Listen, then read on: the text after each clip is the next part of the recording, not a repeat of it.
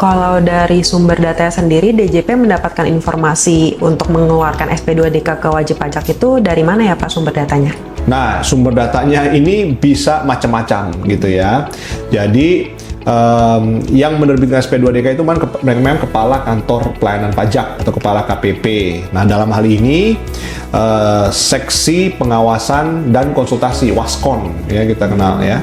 Nah, Seksi WASKON ini bisa mendapatkan data dan atau keterangan dari berbagai sumber ya. Yang jelas nomor satu dari SPT wajib pajak sendiri ya, Tax Planner Mastery Bootcamp ya, di mana ini adalah program 3 hari online course plus 1 hari live offline seminar bersama saya. Nah, 1 hari offline seminarnya ini kita khusus membahas terkait dengan SP2DK dan pemeriksaan pajak. Nah, ini kebetulan kelasnya sudah hampir full gitu ya. Kalau memang masih ada yang ingin mendaftar gitu ya, bisa segera hubungi ya nomor yang ada di video ini ya, nomor admin kita atau yang ada di caption ya, karena kuota kita semakin menipis nih ya, terbatas gitu ya, tidak banyak karena ini kelasnya memang kita buat workshop tidak banyak, hanya supaya kita bisa lebih intensif ya kepada para pesertanya. Halo para wajib pajak, kembali lagi ke sesi tanya jawab bersama Dr. Mulyono. Ruang ngobrol santai seputar dengan perpajakan, akuntansi, keuangan, dan hukum. Di episode kali ini, kami akan membahas topik yang sangat menarik dan relevan untuk saat ini nih, yaitu SP2DK dan pemeriksaan pajak. Yuk, langsung aja kita mulai. Halo Pak Mul. Ya, halo.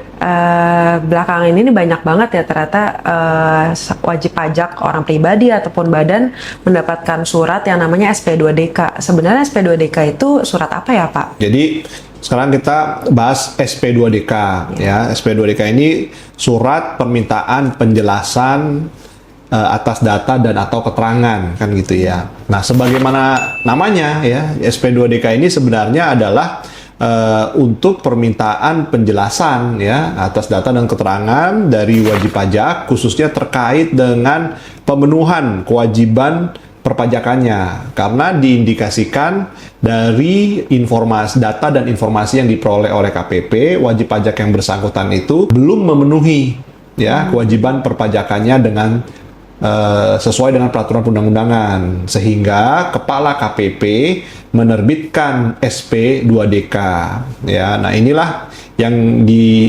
sebenarnya diterbitkan oleh kantor pajak gitu. Nah, cuma kalau kita lihat sendiri memang secara prosedural SP2DK itu tidak diatur secara spesifik di dalam undang-undang. Ya, jadi di dalam Undang-Undang Ketentuan Umum dan Tata Cara Perpajakan terkait dengan proses sengketa pajak itu sebenarnya diatur secara tegas di undang-undang ketika dimulai proses pemeriksaan pajak. Nah, SP2DK ini sebenarnya tidak ada dasar peraturan perundang-undangannya. Ya. Jadi di mana prosedurnya kalau kita lihat sebenarnya diatur di SE. Ya, nah, kalau saya tidak salah di SE 05 tahun 2022. Jadi di surat edaran Dirjen Pajak. Jadi yang namanya surat edaran sebagaimana kita tahu itu bukan bagian dari peraturan perundang-undangan kan, sesuai dengan undang-undang pembentukan perundang-undangan ya, hierarki pembentukan peraturan perundang-undangan tidak termasuk surat edaran ya. Nah, ini lebih ke internal dari Dirjen Pajak. Nah, cuman karena ini juga dikirimkan kepada wajib pajak. Nah, sejognyanya wajib pajak juga mengikuti ya proses dari SP2DK tersebut gitu ya. Nah, pada intinya sebenarnya ya kembali ke ketentuan umum ya, bahwa setiap wajib pajak memiliki hak dan kewajiban juga kan.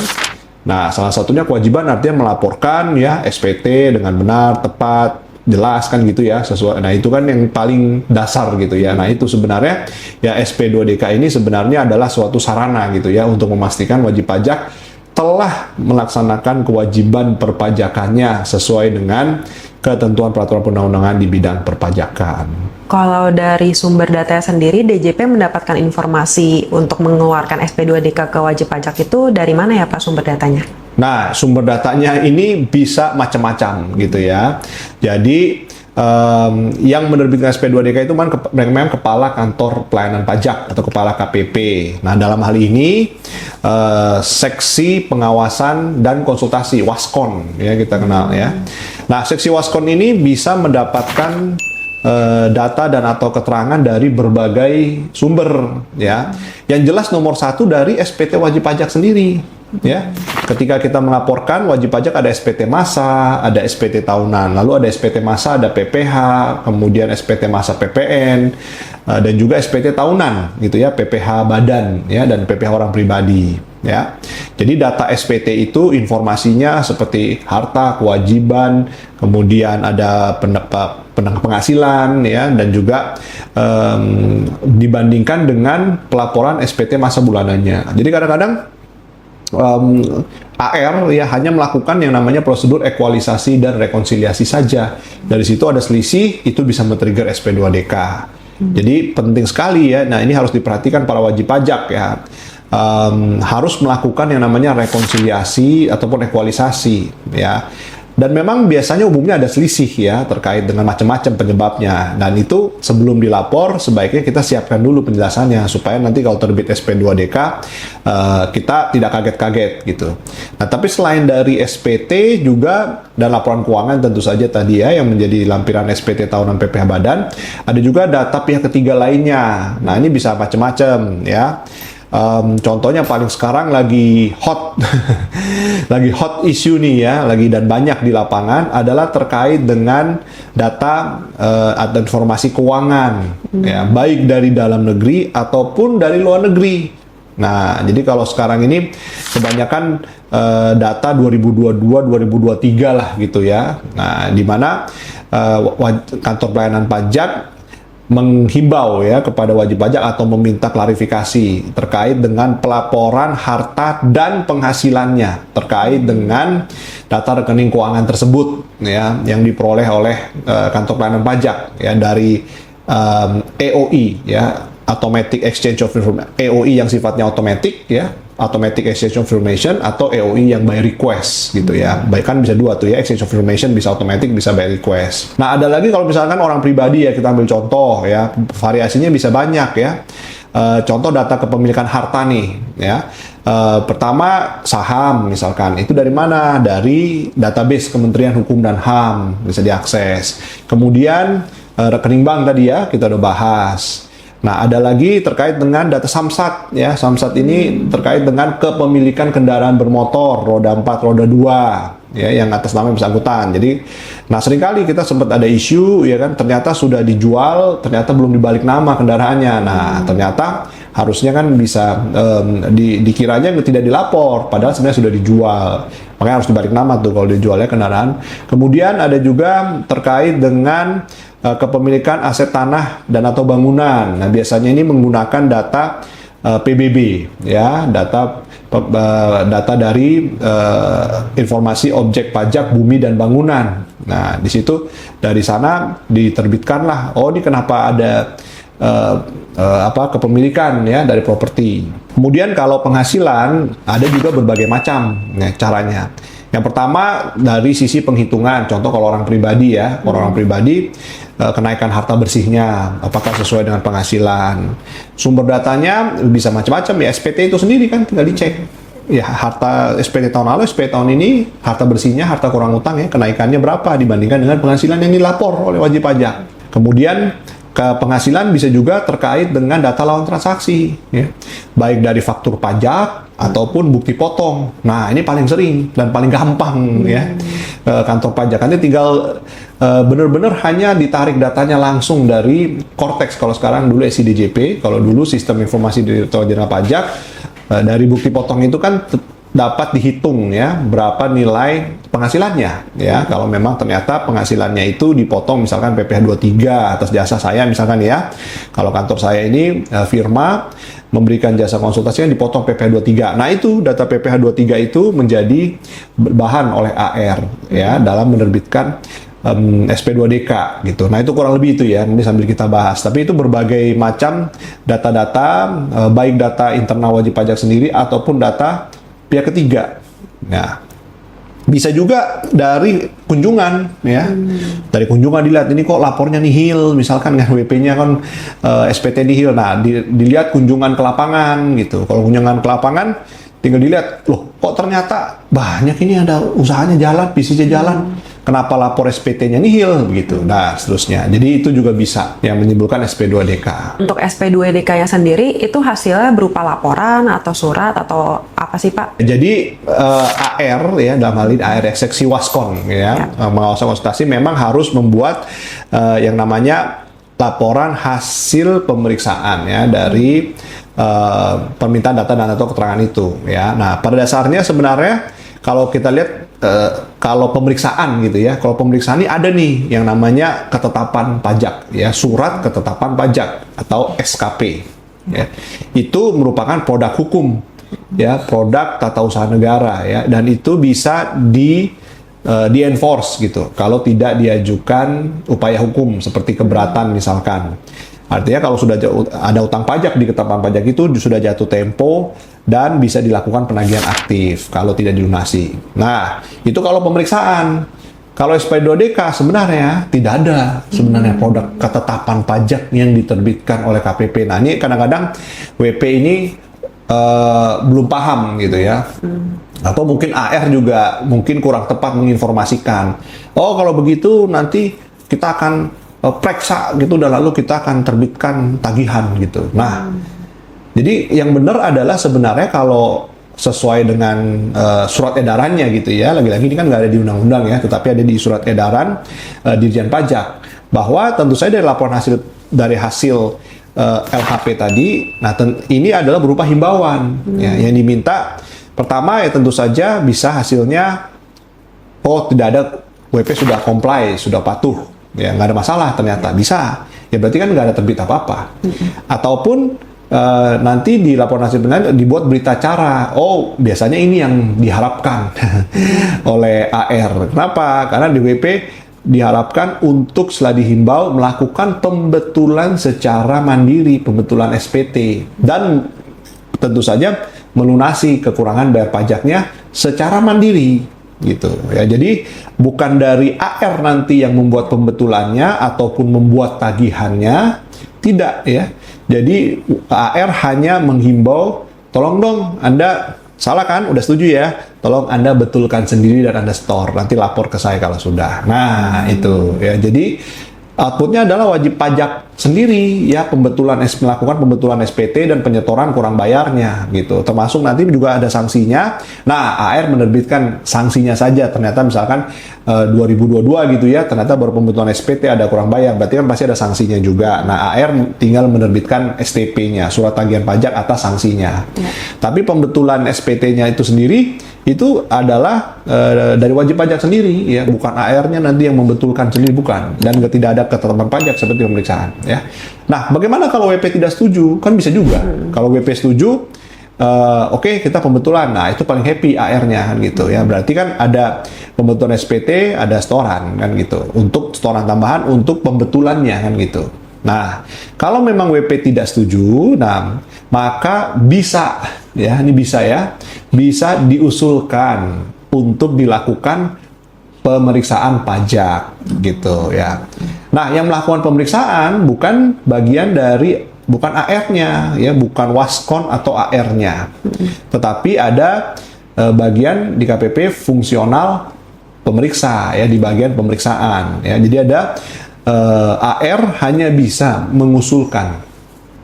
Ya, jadi salah satu trigger dari pemeriksaan pajak itu adalah usulan dari AR gitu, ya. Tapi apakah serta-merta langsung? Ya tidak juga gitu. Pemeriksa boleh nggak bisa punya pandangan berbeda dengan AR-nya? Bisa-bisa aja, nggak ada masalah. Gitu ya. Cuma kadang-kadang kan kalau AR begini biasanya kan kita ya kalau ada AR ada pandangan, kita selama ada basisnya kita ikuti kan begitu. Tapi sebenarnya itu dua divisi, dua seksi yang berbeda. Satu seksi pemeriksaan, satu seksi pengawasan dan konsultasi kan begitu ya. Nah, hasilnya juga bisa sama atau bisa lebih dari yang usulan AR itu, atau bisa lebih rendah bahkan. Iya, bisa beda. Jadi tidak mengikat gitu. Usulan dari AR. Namanya kan usulan ya. Usulan. Kalau usulan kan bisa diterima, bisa ditolak, bisa nggak setuju kan gitu ya. Nah, nanti fungsional pemeriksa juga tidak serta-merta langsung menerbitkan pemberitahuan hasil pemeriksaan berdasarkan AR itu enggak, ya dilaksanakanlah proses pemeriksaan pada umumnya. Nah, dari sana, kalau ada fungsional pemeriksa berpendapat ada kurang bayar, barulah diterbitkan tadi surat ketetapan pajak. Jadi tidak langsung nih dari SP2DK hasilnya tadi, dari laporan hasil permintaan penjelasan data dan atau keterangan itu ujuk-ujuk langsung terbit SKP, tidak bisa langsung gitu ya. Jadi hanya bisa diusulkan lalu KPP melakukan pemeriksaan pajak gitu kan. Nah, yang dilakukan oleh fungsional pemeriksa, bukan oleh AR-nya. Misalkan dari WP sendiri Pak, berarti kan apakah dari WP sendiri harus menanggapi apakah mereka setuju atau tidak setuju dengan pemeriksaan dari SP2DK tersebut ya Pak? Kalau misalkan perlu ditanggapi, apakah ada jangka waktunya juga? Pada dasarnya sebenarnya kalau di SE-nya ya, di undang-undang kan tidak ada prosedurnya, bahkan tidak ada PMK-nya juga ya. Jadi tidak ada undang-undangnya, tidak ada PMK-nya juga, peraturan Menteri Keuangan. Ya karena kan di undang-undang tidak diatur, ya Menteri Keuangan tidak bisa mengatur. Jadi yang menerbitkan ya berdasarkan SE tadi, SE Dirjen Pajak gitu. Kalau di SE Dirjen Pajak memang by default ya bahwa ini adalah 14 hari. Ya, 14 hari. Nah, namun ini 14 hari ini bisa diperpanjang ya oleh kepala kantor gitu ya.